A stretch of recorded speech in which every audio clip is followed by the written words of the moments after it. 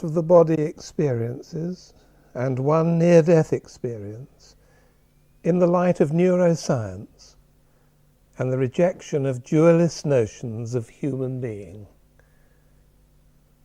A lecture given by the Very Reverend Dr. Gordon McPhate at the CFPSS annual conference held in Liverpool in September 2012.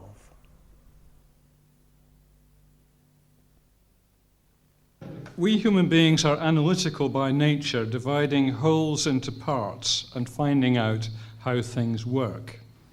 We're also aesthetic beings and ethical beings, dividing the beautiful from the ugly, identifying the best bits from the ordinary bits, sorting the good from the bad. Turning attention to ourselves, we naturally develop a dualistic stance, dividing ourselves into body and soul, matter and spirit, brain and mind, two irreconcilable substances. This dualistic tradition runs through our scriptures, our theology, our philosophy, and our cultural history. For example, let's turn to the Book of Common Prayer of the Church of England. I quote first from the Order for Burial of the Dead.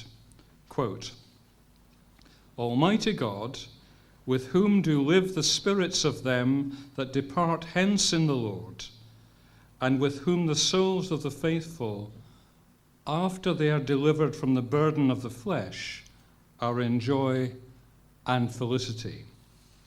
End quote. Clearly, the material human body is envisaged as a prison for the soul of the individual. Next, I quote from the Articles of Religion, the first of which speaks of God in these terms: "There is but one living and true God, everlasting, without body, parts, or passions." In other words, God is pure spiritual substance, without a body, outside time and outside matter. Does this not encourage us to understand the process of becoming more spiritual ourselves as being closely linked to the process of rejecting matter, the things of this world, and our own human bodies? Dualism is uncompromising. It seeks to divide reality into two parts. One part is good and pure and permanent. The other part is bad and corrupted and temporary. Any union between these two kinds of reality is a false entity, and only separation makes ultimate sense.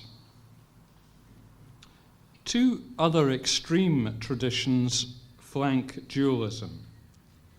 Spiritualism rejects matter and the physical world as illusory, whereas materialist reductionism recognizes only the reality of matter and reduces everything we experience to physics and chemistry, including biology and psychology.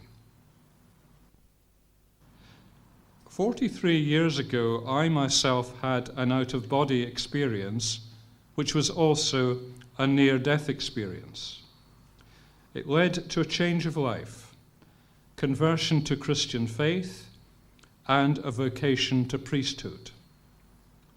Ever since, I've tried to make sense of that experience, both as a former research scientist and as a priest.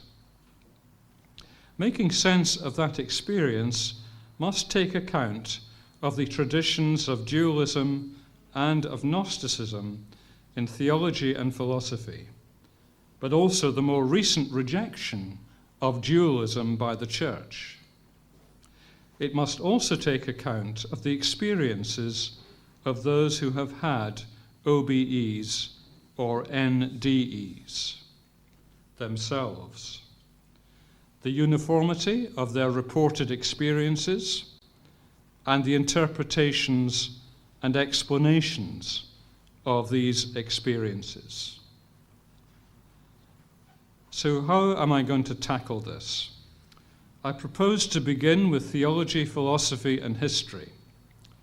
I will then recount my own OBE and NDE, followed by reports of another OBE and another NDE by two people known to me. Finally, I will survey conclusions about interpretation and explanation of these phenomena.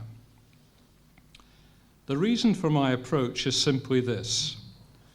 OBEs and NDEs imply a separation between consciousness and embodiment, which best fits into a dualistic framework.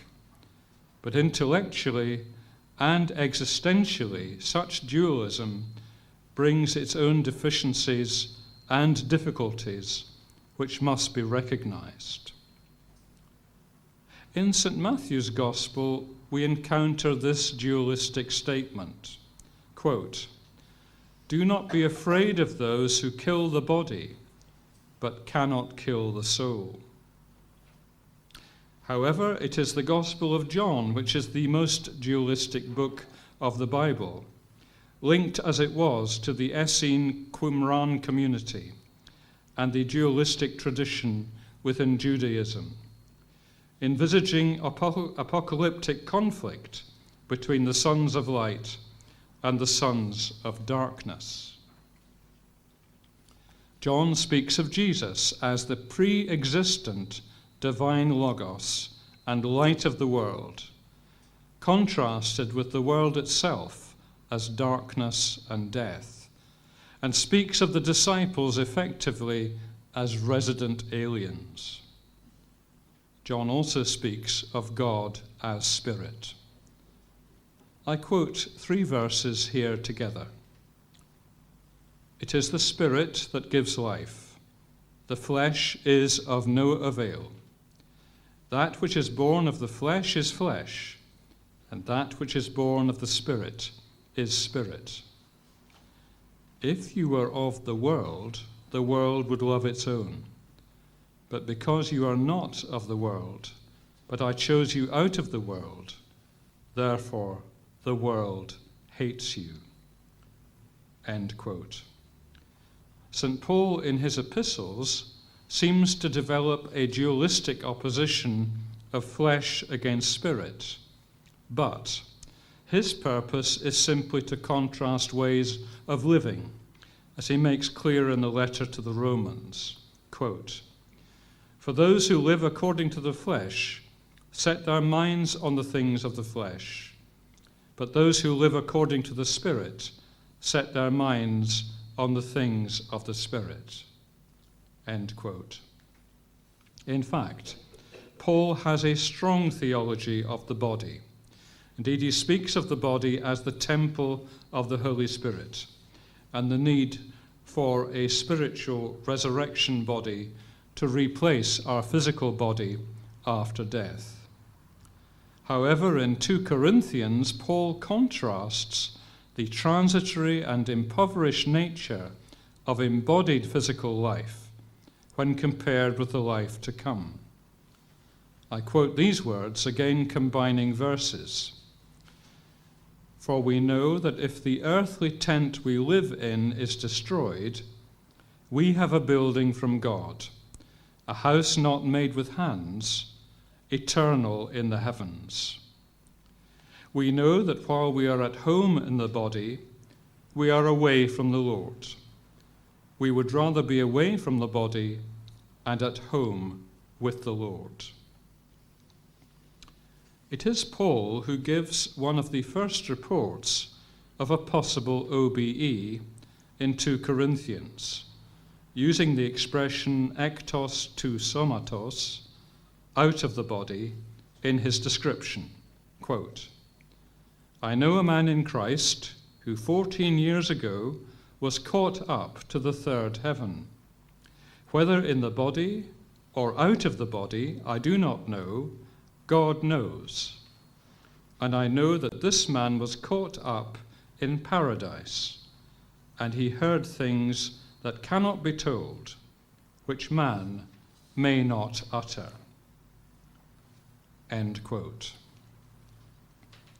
The Greek view of human beings as body and soul dualism contrasts with the Hebrew view of human being as psychosomatic unity, and derives from Socrates, as presented in Plato's dialogue, Phaedo. In the dialogue, Socrates contrasts body and soul in defining them in these terms, quote, "The soul is most like that which is divine, immortal, intelligible, uniform, indissoluble, and ever self-consistent and invariable. The body is most like that which is human, mortal, multiform, unintelligible, dissoluble, and never self-consistent. In short, soul good, body bad." Socrates then explains that soul and body separate at death, and good souls go to a place that has the same characteristics as themselves: glorious, pure, invisible. These souls go into the presence of the good and wise God. Through Socrates, Plato explains the basis for a moral distinction between souls after death in these words, quote, "The pure soul at its release carries with it no contamination of the body, because it has never willingly associated with it in life, but has shunned it and kept itself separate as its regular practice. But if, at the time of its release, the soul is tainted and impure, because it has always associated with the body and cared for it and loved it, and has been so beguiled by the body and its passions and pleasures that nothing seems real to it but those physical things which can be touched and seen and eaten and drunk and used for sexual enjoyment, then it will be weighed down and dragged back into the visible world and hovers around tombs and graveyards." End quote. The message conveyed, again, is that the body is a prison for the soul, such that escape is welcome, and that the corruption of the soul by the body may interfere with the natural destiny of the soul. Plato also contrasts an upper eternal world with a lower temporal world. The pre-Nicene church father Origen of Alexandria fused Platonism with Christianity. He believed in the pre-existence of spirits with God from eternity, and that this world is simply a testing place for fallen spirits, followed by post-mortem spiritual states of purgation. For Origen, the divine Logos is the guide of spirits on their journey of spiritual perfection. In Origen's exegesis of the book of Numbers, we read this, quote, "The soul has freedom of choice and the option of moving in whatever direction it wants. But when the soul takes its departure from the Egypt of this life, in order to move to the promised land, it necessarily goes by certain paths and through certain stopping places. The soul also has a guide, not Moses, but the pillar of fire and a cloud, namely the Son of God and the Holy Spirit. Such then will be the ascent of the blessed soul when all the Egyptians have been drowned, so that travelling through the different stopping places, or many mansions, it is more and more illumined, until it becomes accustomed to bear the brilliance of the true majesty." End quote. Notice that for Origen, the body is not mentioned. Life and death are both concerned with the spiritual journey of the soul towards the promised land of heaven, where God the Father reigns in majesty. It's a journey of increasing ascent upwards and of increasing light, with stages, and guided by the two other persons of the Holy Trinity. Preparation of the soul for heaven through ascent, through illumination, through stages, and through guidance, contains all the key elements of Gnosticism, an all-pervasive, diffuse movement which developed alongside Greek dualist concepts of human being. For Gnostics, progression on the soul's journey was dependent on obtaining secret knowledge, which gave power to its possessor, who would join the ranks of an intellectual elite of super souls. This progression was equated with salvation by the Gnostics, motivated by the desire for escape from the evil and frustration of bodily existence, the desire for purity, and the desire to be superior to others. In their rejection of the body, the Gnostics could either abuse it, or indulge it, or become ascetics.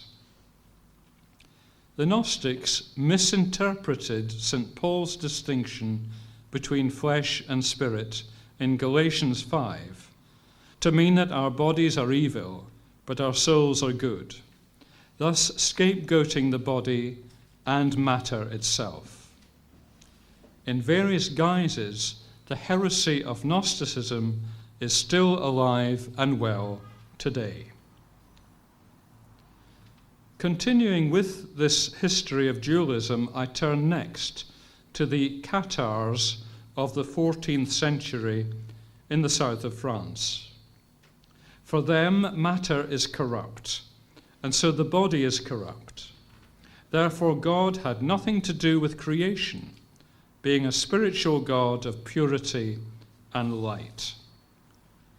The heresy of Catharism was to identify the visible as evil and the invisible as good, and to identify salvation with sainthood and hell as earthly reincarnation.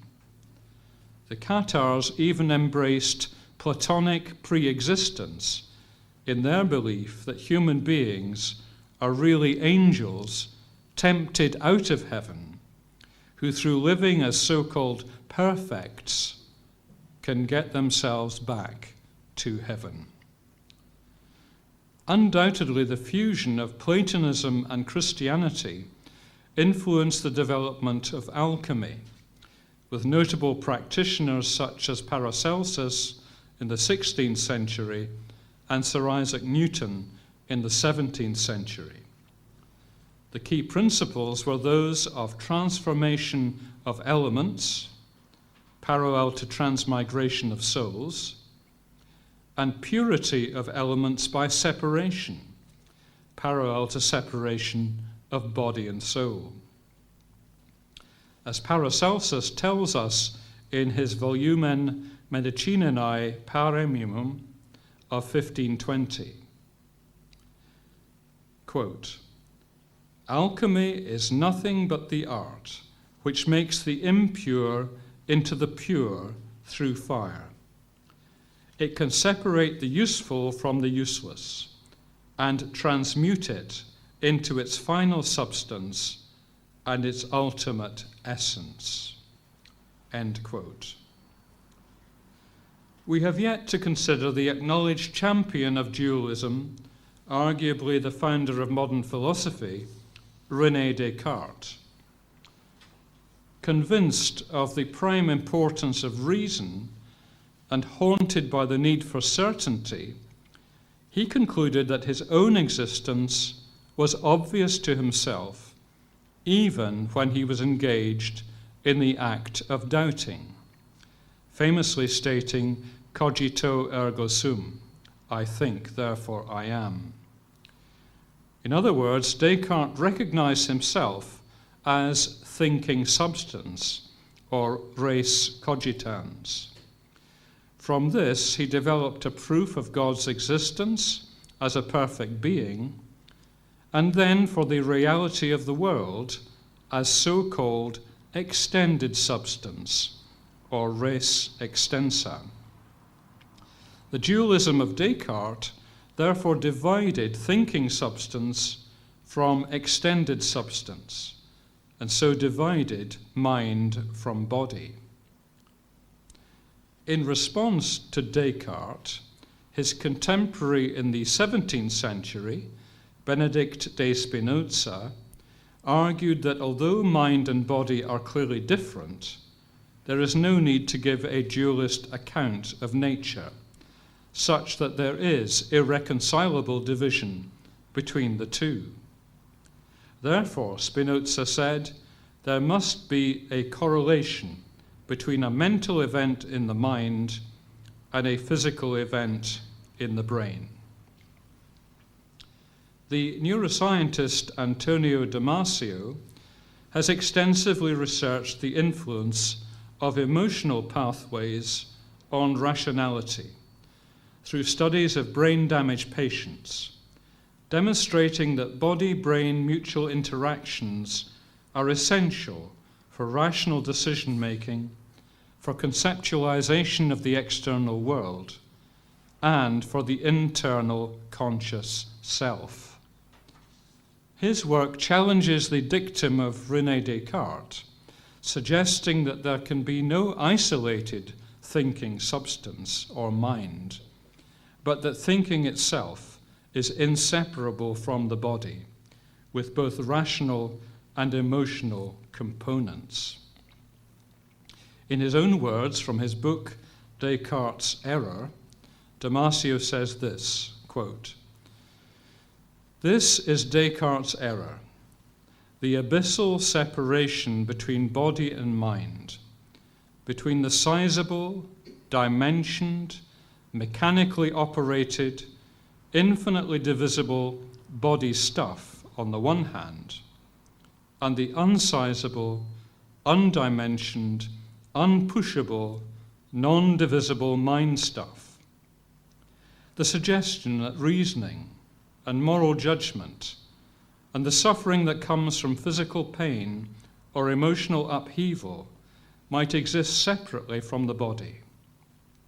Specifically, the separation of the most refined operations of mind from the structure and operation of a biological organism." End quote. Recent media attention to the experience of recovered persistent vegetative state patients and those with locked-in syndrome has confirmed Damasio's conclusions and lends further support to the psychosomatic unity view of human being. Dualism is required to provide an explanation of the causal gap between mind and body, which it cannot easily do. Descartes suggested that the pineal gland may be the liaison organ, but this was mere conjecture. The neuroscientist Sir John Eccles instead proposed the existence of a liaison brain, which could bridge the causal gap between the brain's external or internal senses and the mind itself, including the psyche, the self, the soul, and the will. To achieve this, he postulated the existence of special liaison neurons called mental neural event, or MNE neurons, which would be capable of responding to either neuronal brain inputs, or pure mental event inputs. Eccles found some experimental support for his hypothesis in the supplementary motor area of the cerebral cortex. In a recent and important book, the psychiatrist Ian McGilchrist has provided detailed and extensive evidence for a developing split in human consciousness between the once dominant but inarticulate right cerebral hemisphere and the now dominant articulate left cerebral hemisphere.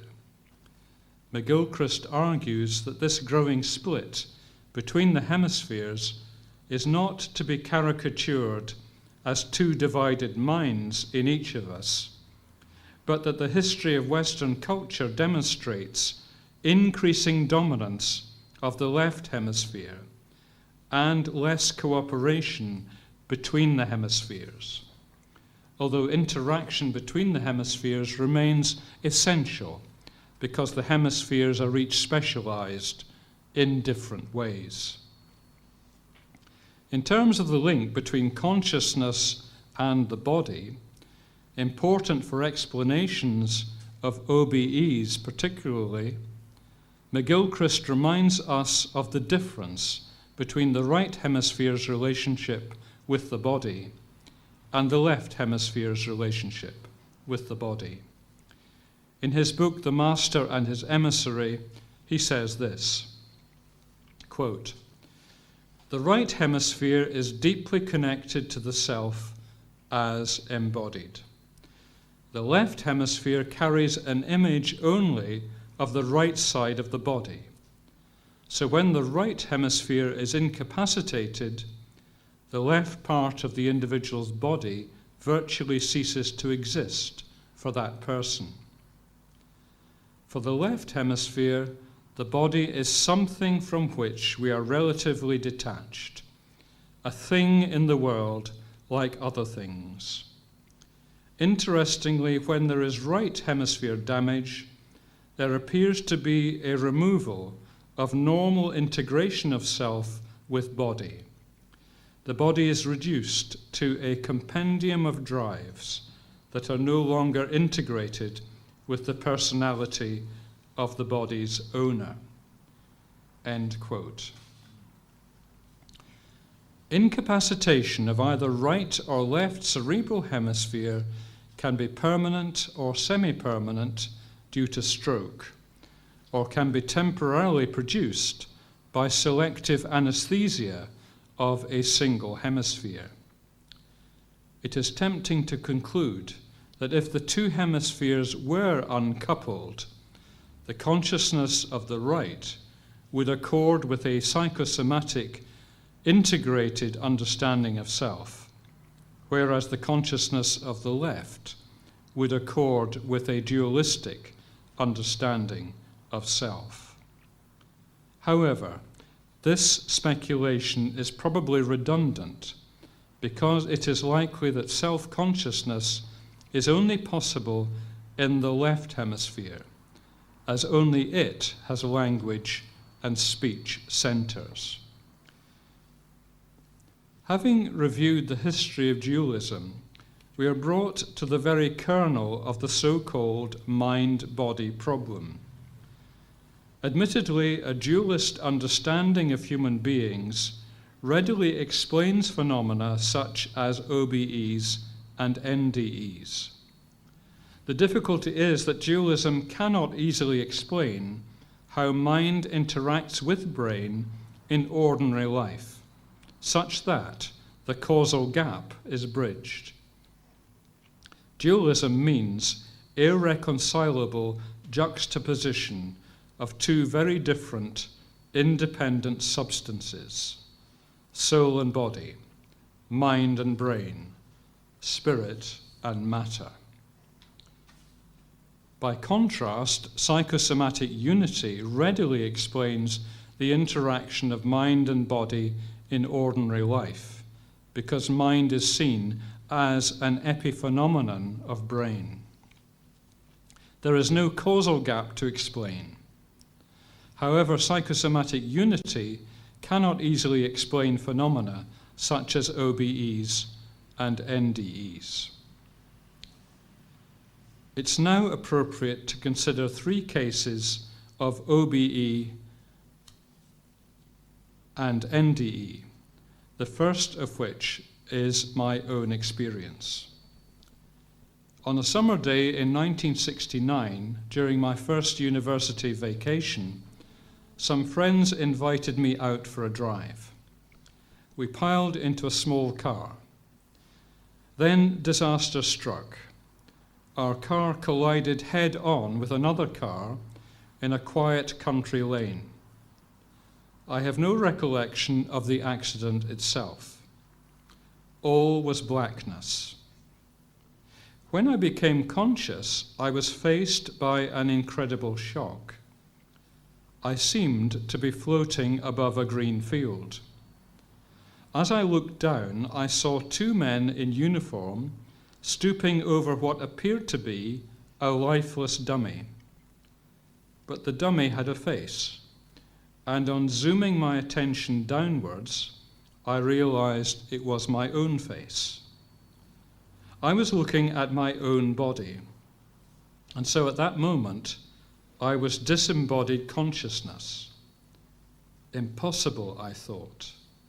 It must be a vivid dream, unlike any dream I had ever had before.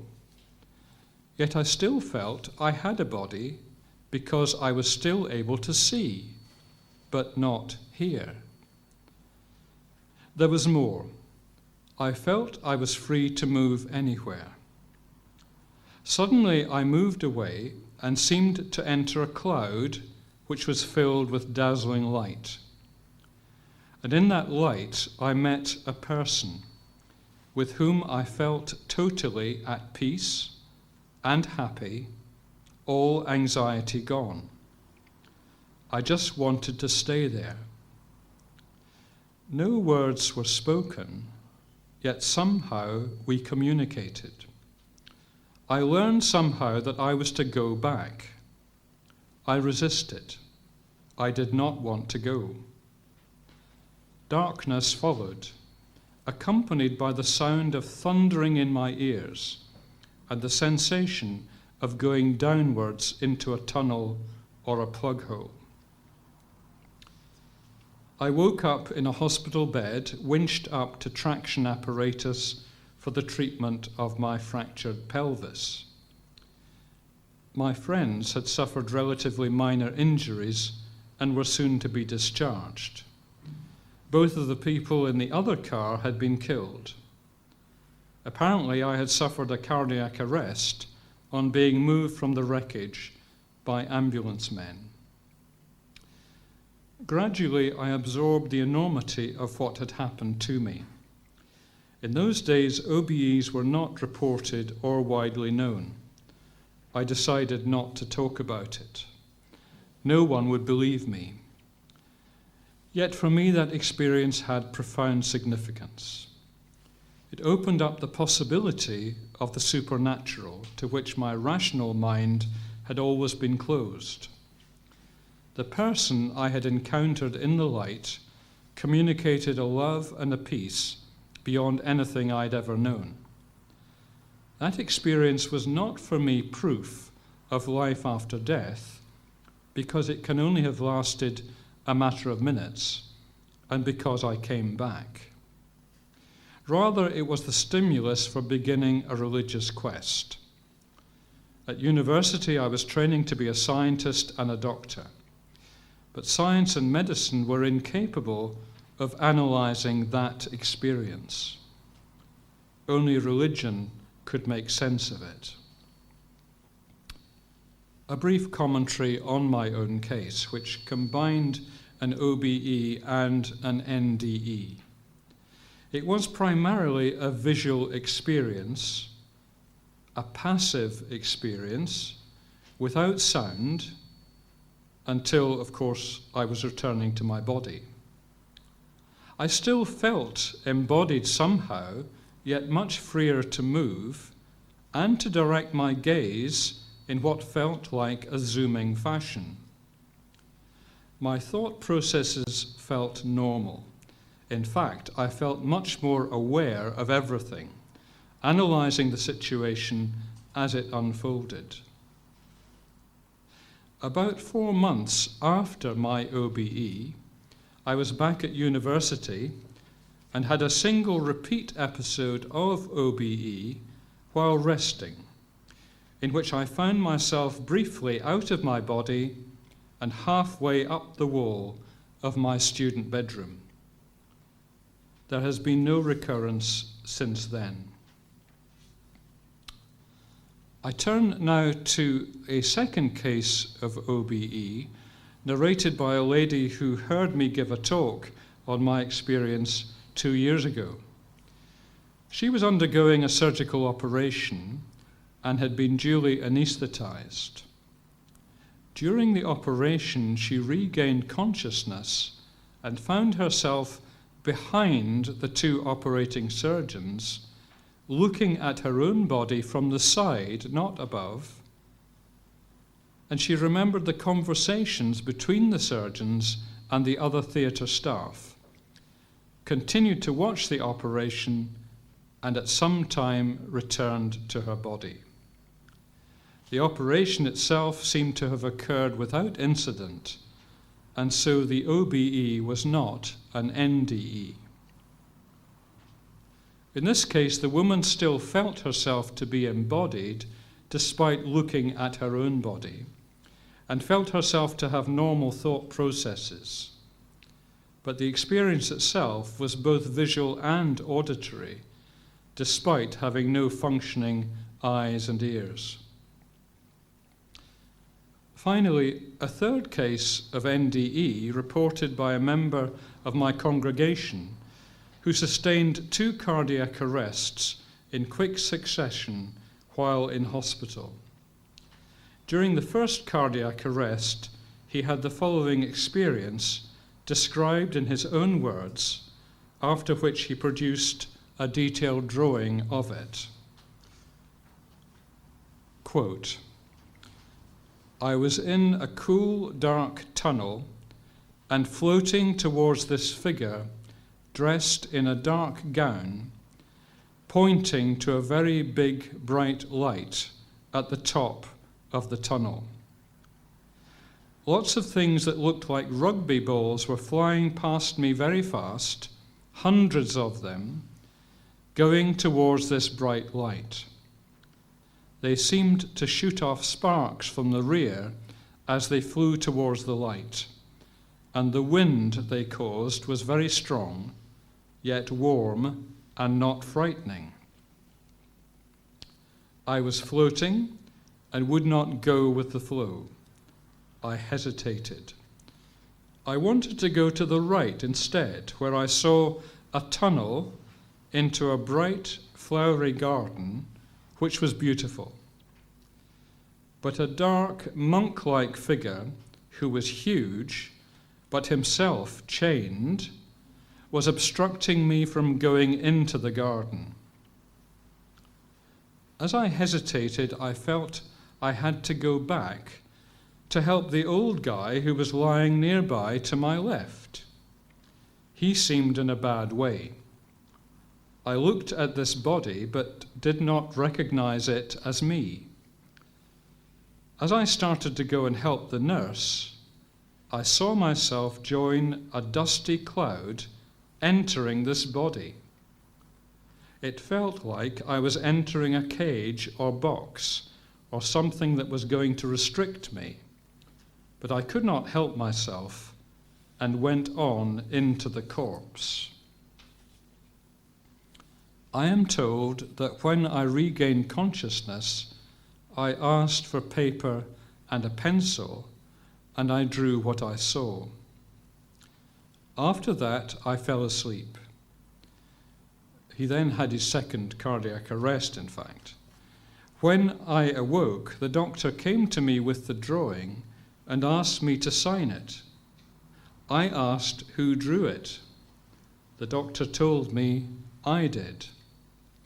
And he emphasizes in his text, but I cannot draw. It's a very good drawing. I didn't bring it, I should have done, but it's a very good drawing. I am not afraid of death now, as it is such a lovely and free feeling. End quote. My commentary on this case. The drawing of the experience shows a threefold choice: to move upwards towards the light, to move beyond the blocking monk figure into the garden, or to move into the lying corpse in the cloud of dust, indicated as entering the body through its chest. In addition to the face-on monk-like figure blocking entrance to the garden, there is this side-on view of another monk-like figure, also with hood up, pointing towards the flow of objects streaming towards the light, as if inviting the observer to go there. The face of the blocking monk-like figure who is chained with a big thick chain around his waist is missing, no face. Instead of a face, he seems to present a circular entrance or mouth leading into a tunnel, the center of which is a single dark spot. A final feature depicted is the face of what looks like a child staring at the observer and situated above the corpse. This combined OBE and NDE shared elements of my own. Autoscopy began my experience, but ended his. Re-entry to the body was perceived by both of us as difficult. His experience was primarily visual, as was mine, and we were both aware of some kind of choice to be made. His vision was more explicitly religious in content than was mine, the monk figures and so on. His vision, his experience also involved a bright light. Tunnels featured much more in his account, whereas he makes no reference to watching resuscitation efforts on his body, nor does he depict them. In a period of 30 years, more than 40 studies of NDE, including OBE, have been published in scientific and medical journals, involving nearly 3,000 patients. These have demonstrated remarkable uniformity in the content of the experiences themselves and the conclusions drawn from the studies. Some have also commented on the transformative effects of the experiences on the lives of the participants. Most studies have been retrospective, but newer studies are likely to be prospective in design. It is now estimated that about 5% of the general population may have an NDE at some time in their lives, and around 15% of cardiac arrest survivors will report an NDE. Also, the younger the patient, the more likely they are to have an NDE. Otherwise, no other factor such as background, class, education, or religion seems to be significant. A variety of scientific explanations for NDE phenomena have been proposed. Certainly, electrical stimulation of the temporal lobe is well known to simulate NDE, indicating that the brain itself may be involved. However, in thousands of patients, not one genuine OBE was reported. That's thousands of patients tested electrically. The most common explanation for NDE is oxygen deficiency, causing endorphin release from the brain and producing a hallucinatory effect. this does not explain the increased level of consciousness reported by many, nor the NDEs which occur when oxygen deficiency is absent. A study of oxygen deficiency generated by placing fighter jet pilots in a massive centrifuge did produce a version of NDE in participants. Hypercapnia, or excess carbon dioxide, has also been studied as a possible explanation, and Meduna has shown that this can produce a version of NDE, but with several features missing. This explanation could relate specifically to cardiac arrest survivors, but would then predict that all cardiac arrest patients should experience NDE because all of them will be hypercapnic.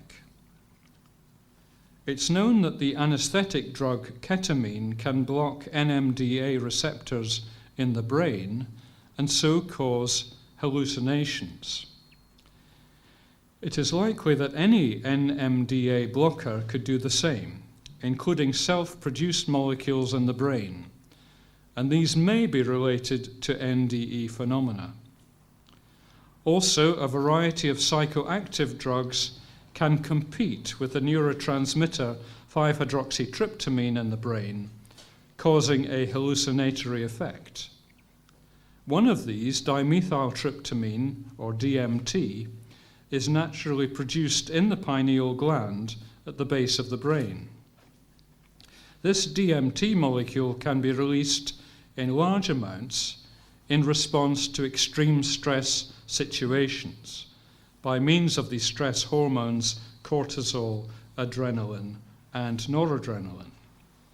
A cardiac arrest or road traffic accident could produce such release and so cause an NDE-type hallucination due to interruption of the interface between mind and brain.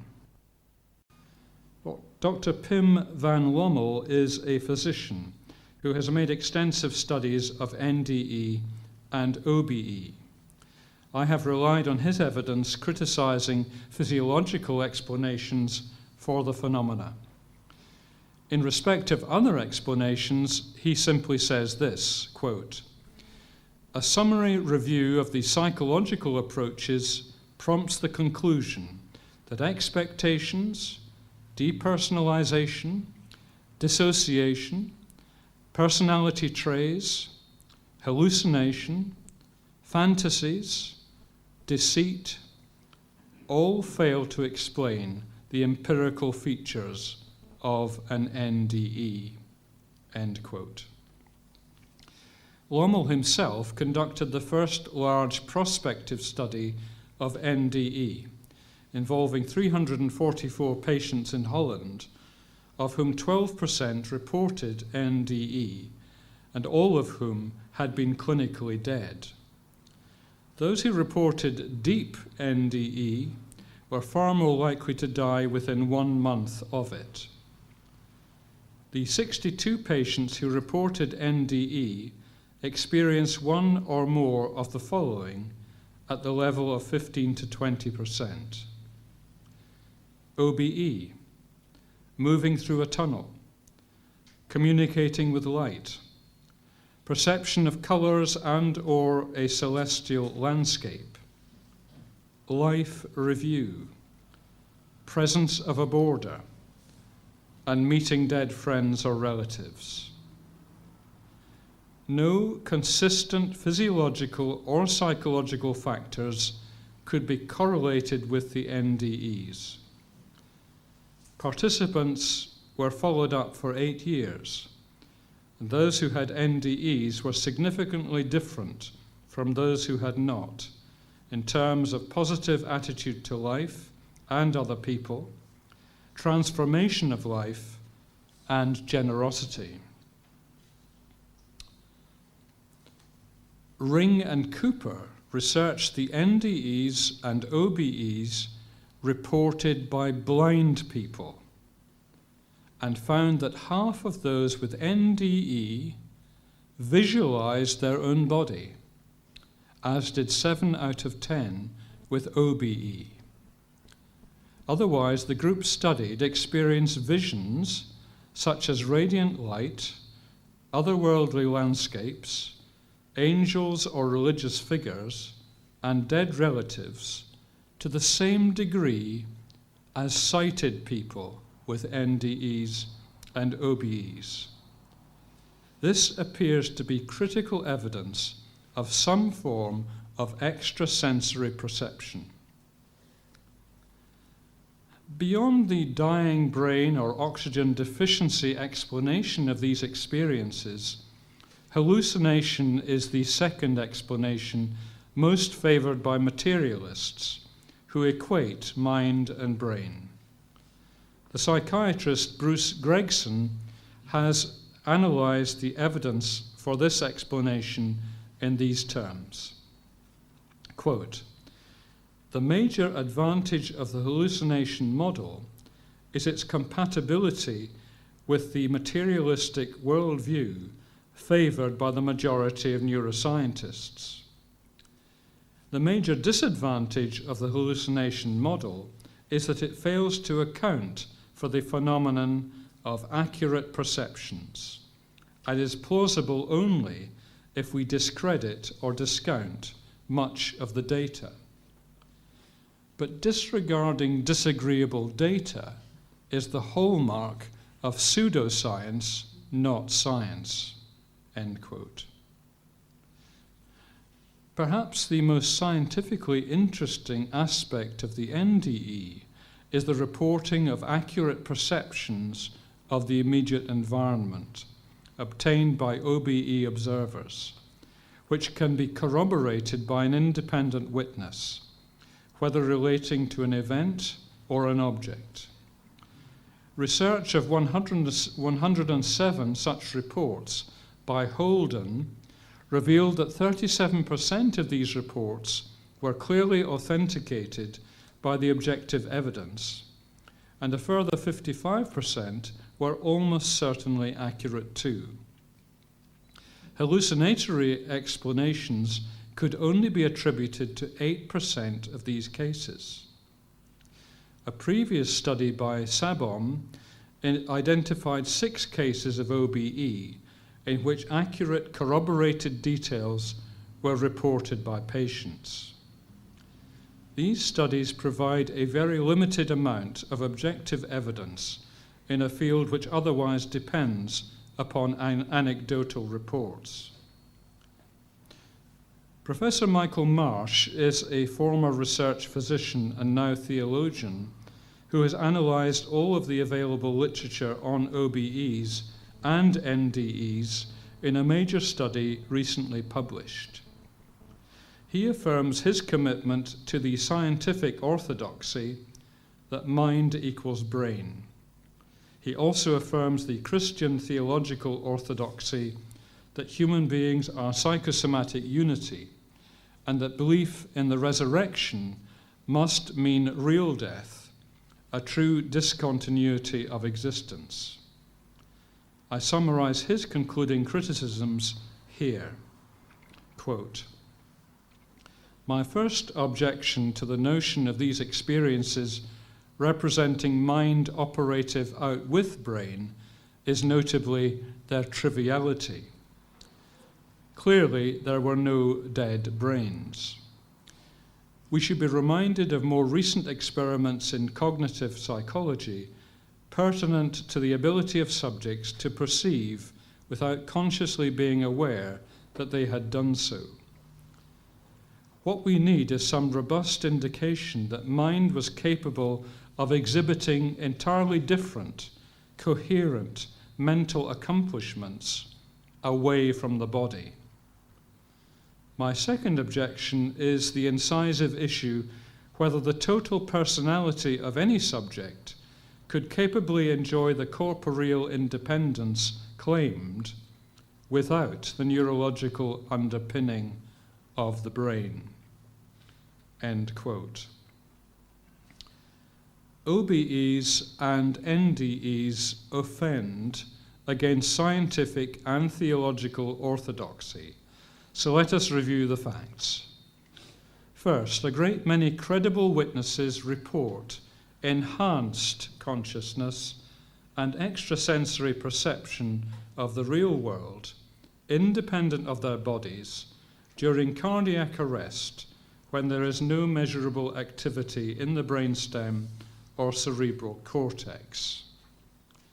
Second, there is no adequate and comprehensive explanation for these experiences, either in terms of cause or content. Third, the materialist thesis that mind arises from the matter of brain is contradicted by the new science of epigenetics and by neuroplasticity. Epigenetics has shown that experience, which of course then is mental experience, through molecular memory encoding, is capable of altering DNA function, and such changes may be inherited by succeeding generations. This represents mind over matter. Neuroplasticity is the phenomenon that brain structure and function at the microscopic level can be remodeled in response to a variety of agents, including trauma, alcohol and addictive drugs, and mental activity. Again, mind over matter.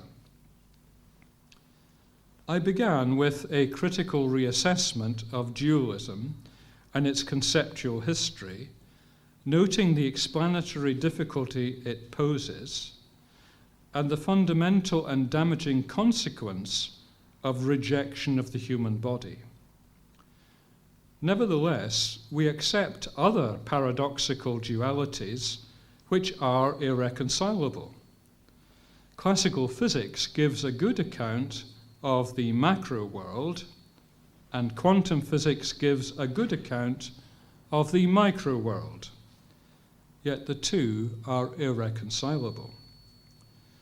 Light is experimentally found to behave like particles sometimes, and like waves at other times, yet it cannot be both. We claim Jesus Christ as both fully human and fully divine, yet the two natures seem irreconcilable. It seems to me that OBEs and NDEs do not necessarily provide evidence for life after death, because by definition, those who report them are survivors. It also seems to me that embodiment is central to our identity, both in this life and in the life to come, and that ideas of escape from embodiment are misguided.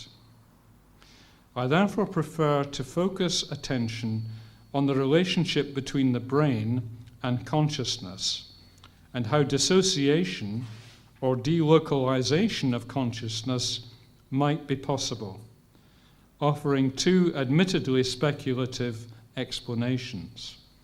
The first is a version of emergent dualism, consistent with the philosophy of Descartes, in which mind and its consciousness may arise from brain as an emergent property in the process of human evolution, and so originally dependent on its interactions with body in psychosomatic unity.